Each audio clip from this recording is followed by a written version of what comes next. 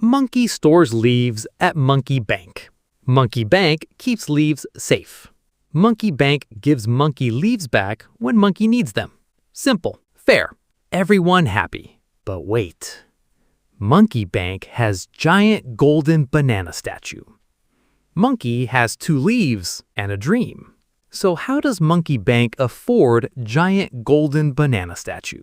Where does all that money come from? Here's the thing Monkey never knew. When Monkey puts leaves in Monkey Bank doesn't just sit on those leaves. Monkey Bank gives monkeys leaves to other monkeys.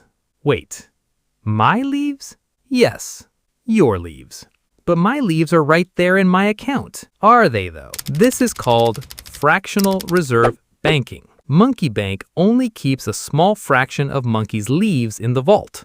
The rest? Gone, lent out, working. But don't panic. So Monkey Bank takes Monkey's 1,000 leaves, keeps maybe 100 leaves in vault, and lends out 900 leaves to other monkeys. But why would Monkey Bank lend leaves to strangers? Because strangers pay them back with extra leaves. This extra is called interest. So Monkey puts 1,000 leaves in bank. Bank lends 900 leaves to borrower Monkey at 10% interest.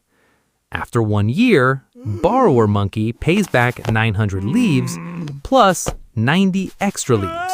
Monkey Bank keeps most of that 90 leaves as profit. Monkey gets some of it, maybe, if Monkey's lucky.